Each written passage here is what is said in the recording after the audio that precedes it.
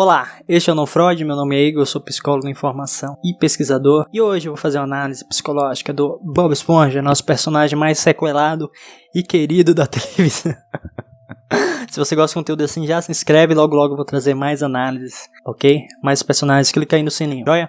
Antes de tudo, a gente precisa entender o contexto do Bob Esponja, o que não é uma tarefa exatamente simples, pois quando a gente para analisar, é uma coisa meio delirante. Ele é uma esponja, calça quadrada, que vive no fundo do mar, convive com um polvo que tem o nome de Lula, molusco. É igual ao meu rato em análise de comportamento, que tinha o nome de Bezerro, era Bezerro ou Rato. E o Bob Esponja também convive com uma estrela do mar, prejudicada cognitivamente, que quase não fala nada com sentido. Trabalha para um siri que tem um restaurante, que é uma armadilha de siri. E ele briga com o Plâncton pela receita do hambúrguer. Tudo isso é muito doido, muito absurdo e nonsense, se a gente parar pra pensar. Com esses elementos meio descolados da realidade, são até legais e são totalmente condizentes com... E são totalmente condizentes com as personalidades do desenho. Os comportamentos e características do nosso calça quadrada são conhecidos. Primeiramente, ele tem uma calça quadrada.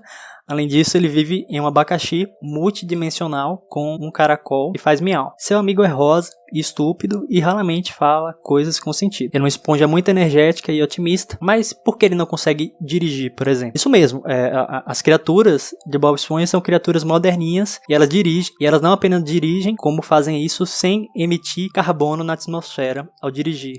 Energia 100% limpa.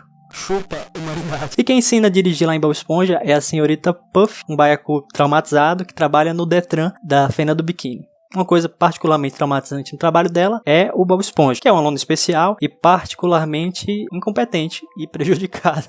Ele manja de todas as questões teóricas, mas na hora de dirigir ele fica totalmente sequelado. Mas por que isso acontece? Isso acontece também na vida real? É meio difícil dizer precisamente o que o Bob Esponja tem, pois seria preciso uma avaliação mais clínica e precisa. Mas mesmo assim, há traços característicos que nos indicam algo, principalmente quando ele vai dirigir. Primeiro, aparentemente, ele fica com muito medo. E medo é uma das emoções básicas, uma das respostas evolutivas ao ambiente e tem um valor de sobrevivência enorme. Muitos dos nossos ancestrais medrosos viveram para contar a história, para se reproduzir. Então, por isso é uma característica que ainda existe. E o medo de dirigir é totalmente natural. E até certo ponto é saudável. Você está numa estrutura de metal a dezenas de quilômetros por hora, é uma coisa muito amedrontadora, se você parar para pensar. Mas chega a certo ponto que o medo de dirigir pode ser patológico, pode ser exagerado e pode ser paralisante. Enquanto o medo é uma resposta a uma ameaça iminente, real ou percebida, a ansiedade é a antecipação futura. E aparentemente o Bob Esponja também tem muita ansiedade. E uma ansiedade meio específica. Nesse caso, que é a ansiedade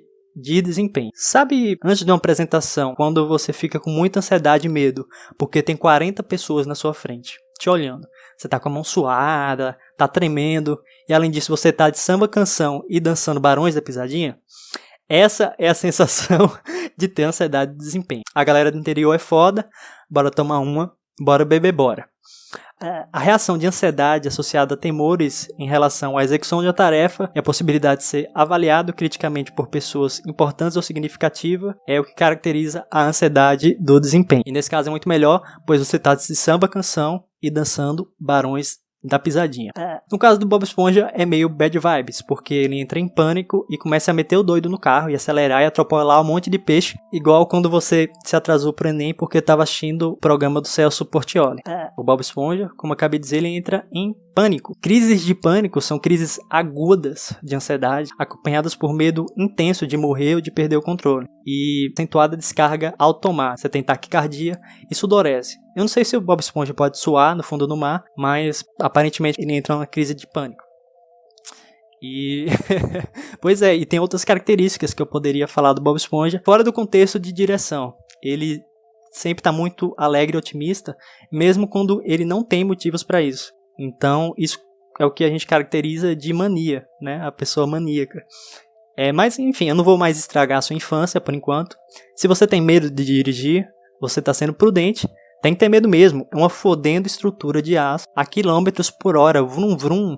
I wanna if you know how they live in Tokyo. If you seen the minimum that they live in Tokyo. Fast and Furious. Drift. Vrum, vrum. Mas se esse medo está te paralisando, causando algum sofrimento desproporcional, felizmente existem procedimentos para aliviar esse sofrimento e fazer com que você consiga ter mais bem-estar, mesmo tendo ansiedade, fobia e pânico. Um exemplo é a terapia de aceitação e compromisso, a dessensibilização sistemática e a terapia cognitivo-comportamental. Eu mesmo conheço pessoas que não dirigem, que têm medo, né, ou não andam de bike, ou têm fobia, ou pânico, e isso é uma coisa comum. Não é tão exagerado como no Bob Esponja, mas acontece também. Então, por isso, provavelmente que o Bob Esponja não dirige, provavelmente ele tem aí um quadro de ansiedade e de pânico. Muito obrigado por assistir. Comenta o que achou e deixa sugestões de coisas para analisar. Para ajudar o canal a continuar, financie com R$5 ao mês em catarse.me/nãofreud, acessa lá agora. E se não souber comentar, comenta aí o famoso comida de algoritmo. Até o próximo vídeo.